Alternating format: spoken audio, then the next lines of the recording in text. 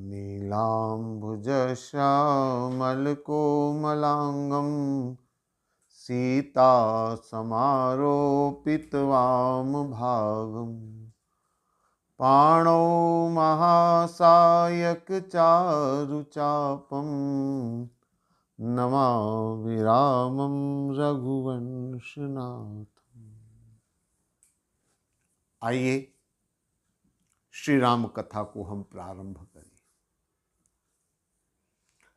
समुद्र तट के ऊपर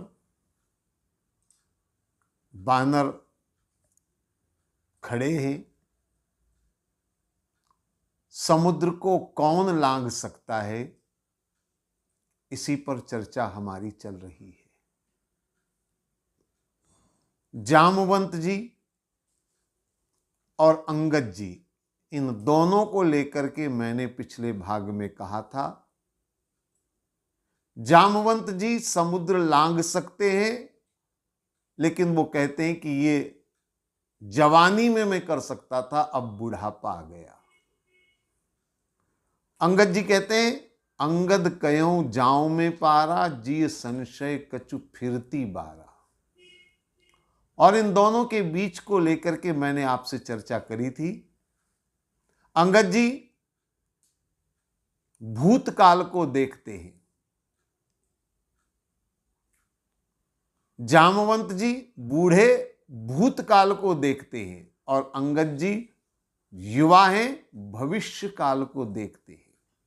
और ये दोनों सफल नहीं हुए। सफल कौन हुआ? जो वर्तमान को देखता है, जो वर्तमान में जीता है। हनुमान जी समुद्र लांघने में सफल हुए, क्योंकि हनुमान जी के अंदर जोश भी है, सुनते ही भयों पर्वताकारा, जोश भी है और होश भी है। जामवंत में पूछो तो ही उचित सिखावन, दीजो मोही। होश भी है और जोश भी है। ये दोनों जहां होते हैं, वहां जीवन में सफलता जरूर मिलती है। ये प्रसंग अपने आप में कई अर्थों में बड़ा महत्वपूर्ण है।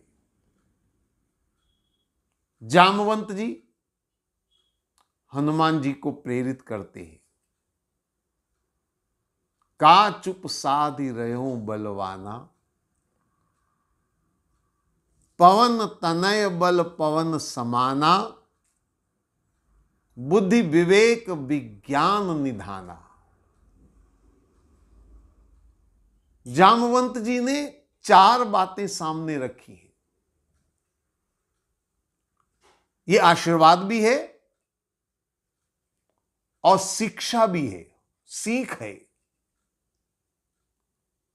क्योंकि हनुमान जी उचित सिखावन दीजो मोही, उचित सिखावन चाहते हैं, तो जामवंत जी ने सीख दी। बोले 4 चीजों को स्मरण रखना। लंका में जाना है, रावण की नगरी में जाना है। ये कार्य इतना सुगम नहीं है, ये कार्य इतना सरल नहीं है। तो बल, बुद्धि, विवेक और विज्ञान, इन चारों को धारण करके जाना है। बिना बल के कुछ संभव नहीं है। बिना बल के समुद्र लांघना संभव नहीं है। तो सबसे पहले तो बल चाहिए। फिर दूसरी चीज उन्होंने कहा बुद्धि, क्योंकि मायावी नगरी लंका, रावण मायावी जानने वाला, वहां अनेक प्रकार की माया देखने को मिलेगी, और मिली हनुमान जी को। जब हनुमान जी लंका में गए तो वहां उन्होंने एक विचित्र बात देखी। मंदिर मंदिर प्रतिकर शोधा, देखे जहां तहां अगणित जोधा। मंदिर ही मंदिर दिखाई दे रहे थे वहां पर। अचरज में पड़ गए हनुमान जी। इतने मंदिर तो अयोध्या में नहीं होंगे, इतने मंदिर तो और किसी तीर्थ धाम में नहीं होंगे, इतने मंदिर लंका में। तो यहां बुद्धि की परम आवश्यकता है। कहीं ऐसा ना हो कि मंदिर देख करके सिर झुका दो। सोच विचार करके आगे कदम बढ़ाना बुद्धि की परम आवश्यकता है। इसलिए जामवंत जी ने कहा बल के साथ बुद्धि चाहिए। और क्या चाहिए? बोले बुद्धि के साथ विवेक चाहिए। क्यों चाहिए विवेक? क्योंकि वहां तुम्हारा साथ देने वाला कोई और दूसरा नहीं है। जिस तरह यहां तुम मुझसे परामर्श ले रहे हो, वहां किससे परामर्श लोगे? वहां कौन होगा? वहां तुम अकेले रहोगे। तो विवेक की आवश्यकता है। और इसके साथ साथ मायावी के राक्षसों की माया को ध्वस्त करने के लिए तुम्हें भी विज्ञान का सहारा लेना पड़ेगा। और हनुमान जी ने इन चारों चीजों का उपयोग किया है। आगे चलकर हम चर्चा करेंगे इसकी। हनुमान जी ने चारों चीजों का उपयोग किया है। तो जामवंत जी शिक्षा दे रहे हैं कि बल, बुद्धि, विवेक और विज्ञान, इन चारों को धारण करके तुम्हें जाना है लंका में। इसलिए पवन तनय बल पवन समाना, बुद्धि विवेक विज्ञान निधाना, ऐसा जामवंत जी ने कहा। और हनुमान जी ने जामवंत जी की भावनाओं को, उनके वचनों को तुरंत आत्मसात किया। जो जो जामवंत जी ने बातें रखी, हनुमान जी ने तुरंत उसका समाधान किया है। यूं कहना चाहिए जामवंत जी की तमाम जिज्ञासाओं को या शंकाओं का निवारण हनुमान जी ने वही किया। जैसे हनुमान जी के लिए कहा पवन तनय बल पवन समाना, तो तुरंत सुनते ही भयों पर्वताकारा, पर्वताकार शरीर धारण किया। ये उन्होंने दिखा दिया कि आप जो चाहते हैं वो मैं करूंगा। जामवंत जी ने कहा का चुप साधि रहूं बलवाना, तुम चुपचाप मौन बैठे हो, बात क्या है? उसका जवाब भी हनुमान जी ने दिया। सिंहनाद करी बारही बारा, सिंह गर्जना करके। अगर हनुमान जी कहते हैं मैं चुप भी रह सकता हूं और मैं गर्जना भी कर सकता हूं, तो हनुमान जी ने गर्जना करके जामवंत जी की बात को, उनके जिज्ञासा का समाधान किया कि मैं मौन तो हूं लेकिन समय आने पर मैं सिंह गर्जना भी कर सकता हूं। और जो जामवंत जी के मन में शंका, जो मन में जिज्ञासा थी कि कैसे और किस तरह से तुम तो अपने बल को भी भूल जाते हो, बल को याद दिलाते हनुमान जी को, हनुमान जी का बल याद दिलाते। पवन तनय बल पवन समाना, बल का स्मरण कराते। ऐसा पुराणों में वर्णन आता है कि जब हनुमान जी बहुत बाल्य अवस्था में थे, बड़े पराक्रमी थे, उनको ऋषियों ने श्राप दे दिया कि तुम बल को भूल जाओगे, बल का कोई स्मरण कराएगा तो तुम्हें बल स्मरण होगा। तो हनुमान जी ने उसका जवाब भी दिया, बोले लीलहि लांघ्यों जल निधि खारा, यानी उन्होंने कहा मुझे बल का स्मरण बोध है, आप चिंता मत करिए। जामवंत जी ने कवन सुकाज कठिन जग माही, जो नहीं होत तात तुम पाई। ऐसा कौन सा कार्य है जो तुम्हारे लिए सुगम नहीं है, तुम सब कुछ कर सकते हो? इसका भी जवाब हनुमान जी ने दिया। हनुमान जी कहते हैं सहित सहाय रावण ही मारी, आन्यो यहां त्रिकूट उपारी। आप कहो तो मैं रावण को मार करके त्रिकुटाचल पर्वत को उठाकर अभी लेकर आ जाऊं। तो जामवंत जी की हर जिज्ञासा का समाधान हनुमान जी कर रहे हैं। राम काज लगी तब अवतारा, और जैसे ही कहा राम काज के लिए ये सब करना है, तो हनुमान जी सुनते ही भयं पर्वताकारा, पर्वताकार शरीर धारण कर लेते हैं। तो हनुमान जी में जोश के साथ साथ होश भी है, और इसीलिए उन्होंने कहा जामवंत में पूछो तो ही उचित सिखावन दीजो मोही। ऐसे हनुमान जी मां सीता की खोज में अग्रसर होते हैं। यहां से राम कथा अगले पड़ाव की ओर बढ़ती है। रामचरित्र मानस का किष्किंधा कांड संपूर्ण होता है और सुंदर कांड की कथा यहां से प्रारंभ होती है। हम लोग अब सुंदर कांड की कथा में प्रवेश कर रहे हैं।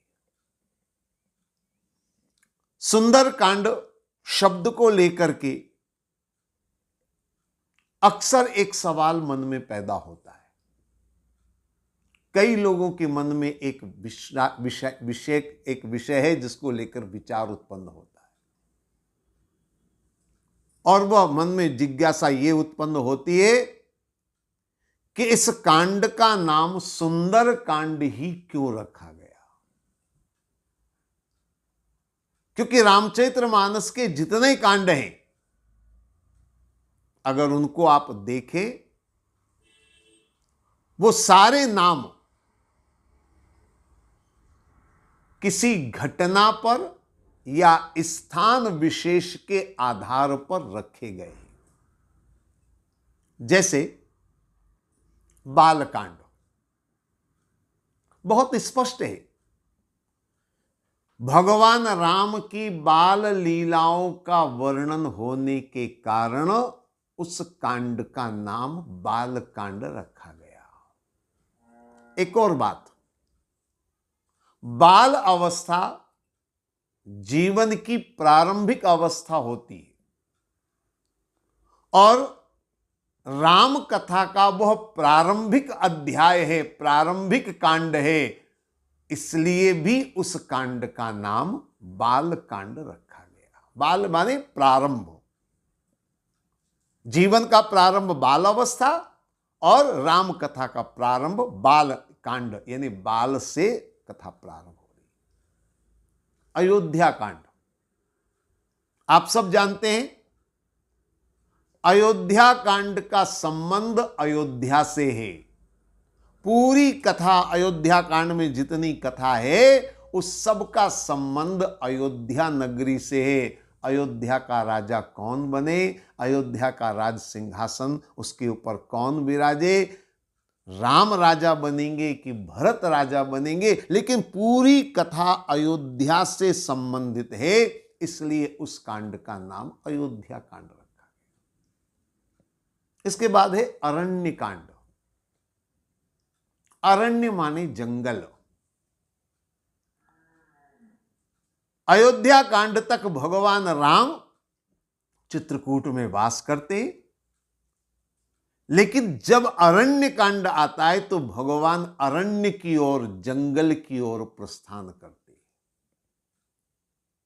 और जंगल में प्रस्थान करना राम के जीवन का एक मुख्य उद्देश्य भी है। क्यों? क्योंकि असुरों का संहार करना है। अयोध्या कांड तक भगवान वनवास में तो है, लेकिन असुरों का संहार प्रारंभ यहां नहीं हुआ। असुरों का संहार प्रारंभ हुआ अरण्य कांड से। अरण्य माने जंगल। देखिए, जंगल का एक स्वरूप और है, उसको भी समझना बहुत जरूरी है। मैं अक्सर कहा करता हूं, एक होता है बगीचा, एक होता है जंगल। दोनों में अंतर क्या है? बगीचा बड़ा सुव्यवस्थित होता है, सीधे रास्ते होते हैं, साफ सुथरे रास्ते होते हैं, रास्ते के आसपास सुंदर क्यारियां होती हैं, फूल होते हैं, और पेड़ पौधों को भी बड़ा सजा करके संवार करके रखा जाता है, उसको कहते हैं बगीचा। जंगल कैसा होता है आप जानते? जंगल आड़े तिरछे रास्ते हैं, उबड़ खाबड़ स्थान है, कहीं चट्टान है, कहीं कीचड़ है, कहीं पहाड़ है, कहीं गड्ढा है, इसको कहते जंगल। मेरी समझ में बगीचा है सद्गुणों का बगीचा, और जंगल है दुर्गुणों का जंगल। जब जीवन में सद्गुण आते हैं तो जीवन बगीचे की तरह से सुव्यवस्थित हो जाता है, हर चीज सुंदर हो जाती है, महकने लगता है जीवन। और जब जीवन में बुराई आती है तो हमारा जीवन अस्त व्यस्त हो जाता है, जंगल की तरह से हमारा जीवन हो जाता है। तो बुराइयां माने जंगल है। आपने एक शब्द सुना होगा, अभी इन 20-25 सालों में बड़ा प्रचलित शब्द हुआ, वो खासकर मीडिया में, अखबारों में, और वो शब्द है जंगल राज।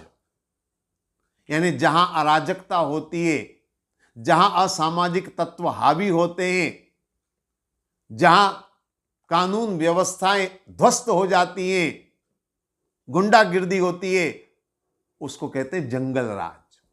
जंगल राज माने बुराई का साम्राज्य। भगवान अरण्य कांड में ही प्रतिज्ञा करते हैं, निश्चरहीन करो मई भुज उठाए प्रणकीन।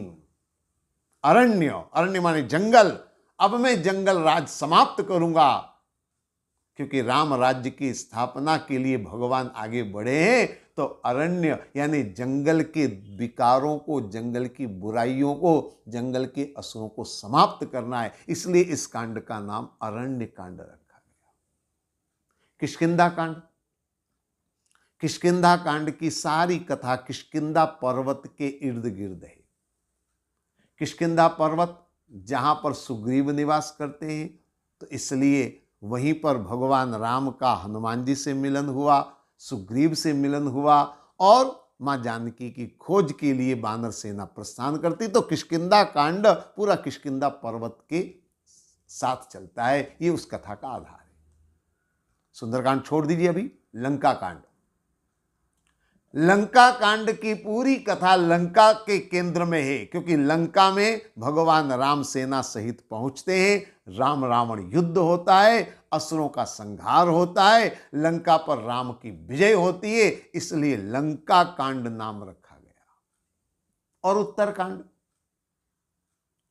ग्रंथ का उत्तरार्ध भाग है, इसलिए भी उत्तरकांड है। संसार के समस्त प्रश्नों का उत्तर अंत में मिलता है। राम राजा बने, धर्म की विजय हुई, सत्य की विजय हुई, इसलिए भी उत्तर कांड समझ में आता है। तो ये जितने कांड के नाम हैं वो सब घटना स्थल कथा आधार पर रखे गए। सवाल मन में ही पैदा होता है कि सुंदर कांड का नाम भी या तो कथा के आधार पर, कथा के आधार पर रखने का मतलब है लंका दहन कांड रख सकते थे,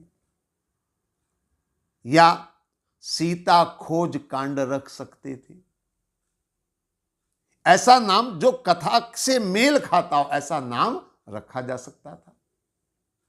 या चूंकि सुंदरकांड में हनुमान जी की कथा प्रमुख है, तो हनुमत कांड भी नाम रख सकते थे।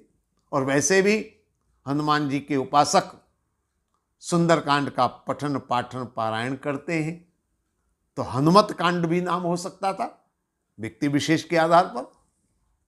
लेकिन इस कांड का नाम सुंदर कांड रखा गया। और केवल तुलसीदास जी ने ही सुंदर कांड नाम नहीं रखा है, आदि कवि महर्षि वाल्मीकि से लेकर के लगभग जितने भी ऋषियों ने राम कथा लिखी है, जितने भी आचार्यों ने राम कथा लिखी है, सबने नामकरण जो है वो इसका सुंदर कांड ही रखा है। तो क्यों नाम रखा सुंदर कांड? क्या सुंदर कांड नाम रखने के लिए परंपरा जो चली आ रही थी कि घटना स्थल के आधार पर नाम रखा जाए, क्या उस परंपरा को तोड़ा गया? क्या उस परंपरा से अलग हट करके ये नाम रखा गया? ऐसा नहीं है। दरअसल सुंदर कांड का नाम भी घटना स्थल के आधार पर ही रखा गया है। थोड़ा सा इसको समझना होगा। पुराणों में वर्णन आता है, हालांकि रामचरितमानस में इतना वर्णन नहीं है, लेकिन पुराणों में वर्णन आता है।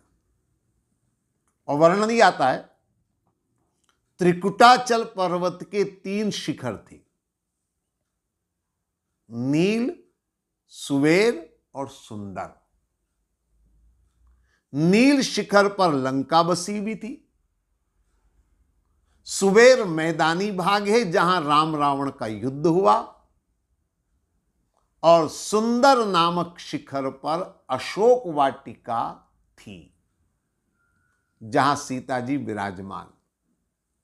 और इस कांड की जो कथा है वो मूल रूप से सीता की खोज, जो अशोक वाटिका में बैठी है सीता जी, वहां तक पहुंचना, राम का संदेश देना, मां जानकी का संदेश राम तक पहुंचाना, और अशोक वाटिका सुंदर नाम के शिखर पर बसी हुई थी, इसलिए इस कांड का नाम सुंदर कांड रखा गया। इस कांड का नाम सुंदर कांड रखा गया, उसके पीछे और भी कुछ तथ्य है, और भी कुछ कारण है। अगर आप ध्यान से देखें, इस नाम को अगर समझे, सुंदर कांड माने जब सब सुंदर हो तभी सुंदर होता है, तब सुंदर कहलाता है। आप देखें, शास्त्रों में ऋषियों ने कहा है, सुंदरे सुंदरी सीता, सुंदरे सुंदरी सुंदर कपि, सुंदरे सुंदरी वार्ता, अतः सुंदर उच्यते। सुंदरे सुंदरो राम, सुंदरे सुंदरी कथा, सुंदरे सुंदरी सीता, सुंदरे किम सुंदरम। सुंदर कांड में क्या सुंदर नहीं है? सब कुछ सुंदर है।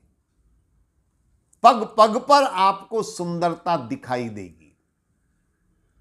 यहां एक बात और मैं आपको बता दूं, अन्य जितने भी कांड हैं, उन कांडों में कोई न कोई प्रसंग ऐसा जरूर आपको मिलेगा जिसको हम सुंदर नहीं कह सकते। ये सुंदरता भारतीय संस्कृति, भारतीय सभ्यता, हमारे संस्कारों के विपरीत चरित्र आपको देखने को मिलेगा हर कांड में। किस तरह से, मैं आपको उदाहरण के लिए बता दूं। सबसे पहला बालकांड। बालकांड की कथा आप देखिए। सबसे पहले बालकांड में सती का चरित्र देखने को मिलता है, जिसने भगवान राम पर तो संदेह किया, लेकिन साथ साथ अपने पति पर भी संदेह किया। पति की क्षमता पर अविश्वास किया, पति की आज्ञा के विरुद्ध जाकर के कार्य किया। भगवान शंकर ने कहा कि राम परब्रह्म है, लेकिन सती शंका करती है कि नहीं, मैं नहीं मानती, विश्वास नहीं पति पर। एक बात, जब राम की परीक्षा लेकर के आई, सीता का रूप धारण करके आई, तो भगवान शंकर ने पूछा, लीन परीक्षा कवन विधि कहो सत्य सब बात। तो सती झूठ बोलती है पति से, कछुन परीक्षा लीन गुसाई, कीन प्रणाम तुम्हारी नाई। ये भारतीय संस्कृति के विरुद्ध है, ये हमारे संस्कारों और परंपरा के विरुद्ध है। अपने पति पर विश्वास करना, पति से झूठ बोलना, पति से छुपाना, तो इसको सुंदर नहीं कहा जा सकता है ये चरित्र। और आप देखिए प्रताप भानु की कथा, जिसने ब्राह्मणों से ही झूठ बोल करके, ब्राह्मणों से ही छुपा करके, आंख मूंद करके, केवल अपने स्वार्थ की पूर्ति के लिए एक साधु पर भरोसा करके उसने श्राप प्राप्त किया। कथा बहुत विस्तार से है, आप सब कथा सुनते हैं, और हमने पहले राम कथा के प्रारंभ में इन सारे प्रसंगों की चर्चा करी है, आप सब अच्छी तरह से जानते हैं। तो प्रताप भानु का प्रसंग भी बालकांड का है, नारद जी की कथा भी बालकांड की। वो नारद जो दिन रात नारायण नारायण का गुणगान करते हैं, नारायण के अनन्य भक्त हैं, पर जरा सी उनकी मनोकामना पूरी नहीं हुई तो उन्होंने श्राप दे दिया। अपने प्रभु, अपने आराध्य, अपने नारायण को श्राप दे दिया। मम अपकार कीन तुम भारी, नारी विरह तुम होव दुखारी। तो ऐसे बहुत सारी कथाएं हैं बालकांड में जिनको हम भारतीय संस्कृति के अनुरूप नहीं कह सकते, इसलिए उसमें कुछ कथाएं ऐसी हैं जो सुंदर नहीं कही जा सकती। अयोध्या कांड देखिए, बालकांड के बाद अयोध्या कांड में मंथरा और केकई का चरित्र। वो केकई महाराज दशरथ जिस रानी की प्रशंसा करते हुए नहीं थकते थे, उसी केकई ने मंथरा के वचनों में आकर के, मंथरा की जो है वो त्रिया चरित्र में आकर के, आप सब जानते हैं उस प्रसंग को,